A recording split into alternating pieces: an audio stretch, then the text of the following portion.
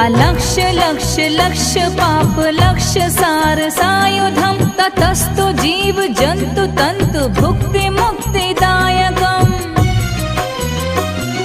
विरंचि विष्णु शंकर सकीय धाम वर्मदे त्वदीय पाद पंकजं नमामि देवी नर्मदे